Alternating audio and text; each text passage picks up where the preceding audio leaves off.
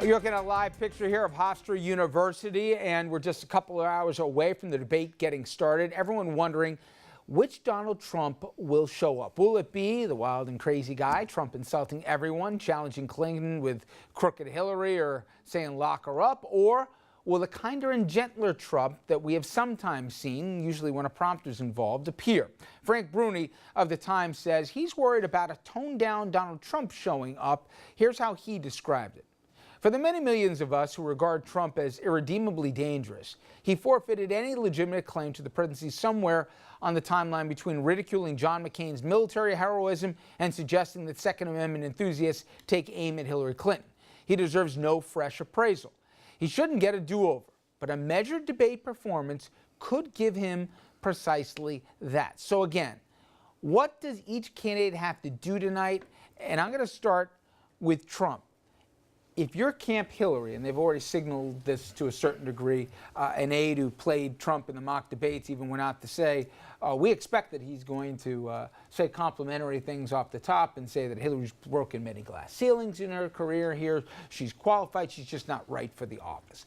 If he takes that approach, contrary to all the other things that we've seen and done, right, where does she go? Do you think she ought to throw the first punch if he does?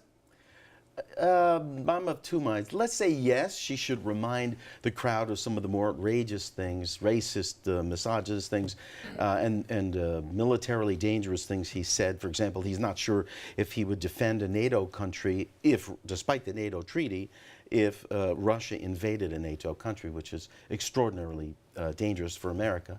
I think her challenge, again, according to my view, that Trump's supporters are pretty locked in. Those who are going to vote for him have already declared they will, and that's the undecided who are going to decide to vote for a third-party candidate or Clinton, and they can't yet say they're going to vote for Clinton. So Clinton's got to show those folks something. Is it warmth? Is it genuineness? Is it trustworthiness? Is it knowledge of the material? But she's looking at that audience almost regardless of what Donald Trump says or does tonight.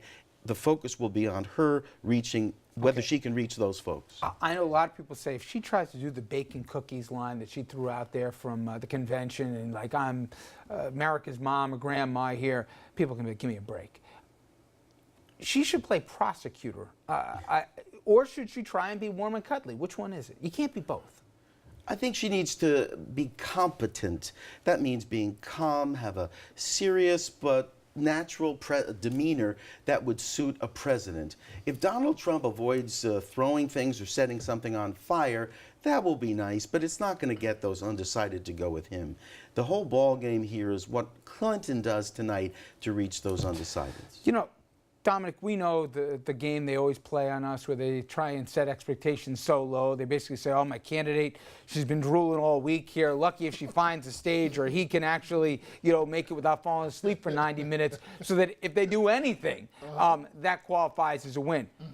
Trump's folks, you know, put out that he's the Babe Ruth of debating. They've never seen anyone like him before. He's got the inherited advantage, right, that expectations are low. His people are trying to build him up like this is going to be the greatest show on earth. What's going on there? I wish I could answer that. It's always historically a game of lowering expectations. But as we know with Team Trump, they do the total opposite all the time of what conventional wisdom calls for. I really believe that this whole format tonight, and I'm not siding with Hillary Clinton. I am just telling you that this whole format is very unfair to her.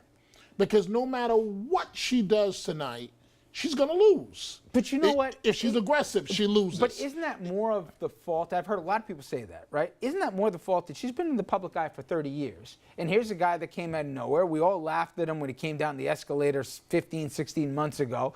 And one after one, he knocked off, whatever you think of him, all the challenges, you know, that he saw in the primary, and here he is. He's still new to this. He can claim he's the outside guy and all the rest. You know, media deserves heat for certain things, and the false equivalencies, I happen to believe that. But nonetheless, the expectations of the public tonight are the expectations of the public. It's nobody's fault, right? It's just the way it is. She's just been around longer. It's no one's fault, but it's also gender politics. We don't really want to deal with the fact that America may elect its first woman president and the inherent unfairness there is towards her. Let's be honest. Let's cut through all the nonsense. Why are 100 million people going to watch tonight? Because everybody is watching for the train wreck. Because God only knows what's going to come out of Donald Trump's mouth tonight. We left the rubberneck as a country. Now, right. Now, Kieran, here's my question for you. You personally, you've seen this unfold. By the way, I think people misread it, thinking, oh, he's just the start. Everybody will be Trump. You try and do the Trump routine, you're going to have a lot of people losing a lot of primaries and not getting a lot of money. There's a unique element to this. Nonetheless, did you personally want him to have Gennifer Flowers in the audience, or when you heard him say that, did you go, oh my God, what's he doing now? Now, I know he backed off it in the end, but doing that, it would have been something everybody would have focused. They would have turned the cameras on her in the front row. The Post would have had it as a story and the whole bit. But for a guy who may not love him but likes him more than Hillary Clinton, when you heard that that was even on the table, did you say, oy vey, what's he doing here? Or did you say, that's a smart move? Well, if you recall, they were reacting, the Trump people were reacting to Mark Cuban. How is that an equivalent to bring on somebody who cheated on your husband in the front row? Mark We're talking Cuban. about Donald Trump. You go here, he's going to go 10 rungs higher. And I heard Reince Priebus describe it as a brushback pitch, and it worked. Cuban's not coming. It kind of reminded everybody of the 90s and the Clinton scandals. And that's the kind of thing you, Dominic, said earlier, that Trump has neutralized Clinton. That's one of the ways he's neutralized. For a second. And this is where people get mad. But here's where people get mad. They say, wait a second. Okay, wait a second. Didn't he start Ivanka Trump? There were Marla Maples. We got this one. Of course. He was the paragon of virtue, right? That he's going to bring, But he doesn't have, that kind of introspection that a normal person would have. It doesn't seem to stick to him. It doesn't matter. It's but amazing. It did work out well, and she's not coming. But so others started when you trying heard it before it got pulled back. Did you said, say, oh, too far? The left would love to make him into a Jerry Springer character, and this would serve that purpose if it happened. There's a reason they pulled Gennifer Flowers from pulled her invitation, and that is because college-educated women are the brass ring for Hillary Clinton and perhaps for Donald Trump, because an unusual number of educated women, college-educated women, I should say, were voting Republican. This year, they're voting for Hillary, or they're still undecided. So and it was determined, so I understand in conversations with my Republican friends, that having Gennifer Flowers in the front row would have rubbed these women the wrong way, and they would have resented it, especially given that Donald Trump has been so anti-women, misogynistic, and has his own marital so we fidelity talked about the issues. kind of Trump and the kind of Hillary that we think we may see here tonight. Now, let's talk about how to get ready for tonight, because there's two different schools of thought. And anybody at home, if you're either cramming for a test here or going ready for tryouts for a team, there's just different ways of doing it. Hillary's done the traditional way, where she's gone through all the policy books. She's crammed for this. She left the campaign trail. She took off about a week just to focus on this. And we understand, even going back to the spring, that they've been prepping for this, maybe before they even knew they had Trump. And she's had 30-some-odd debates under her belt here in terms of this.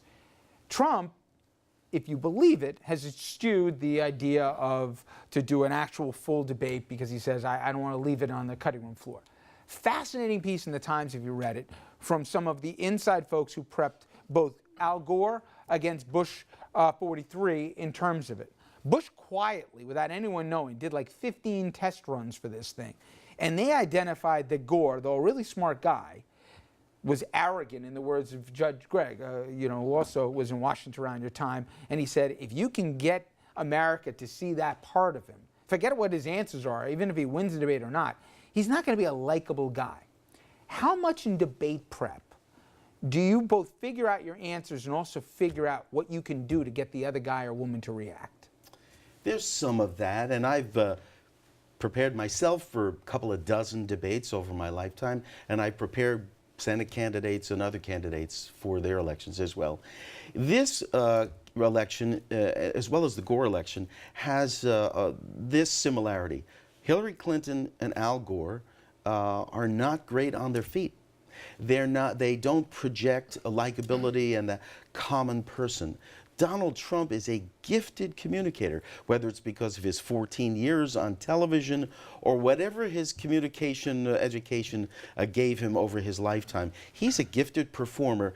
Hillary Clinton is not. So All she can do is come across as knowledgeable as she can and try to be calm and not yell, because she doesn't come across well when she yells. You and I know, though, hour-long debates can be long. 90 minutes. You start to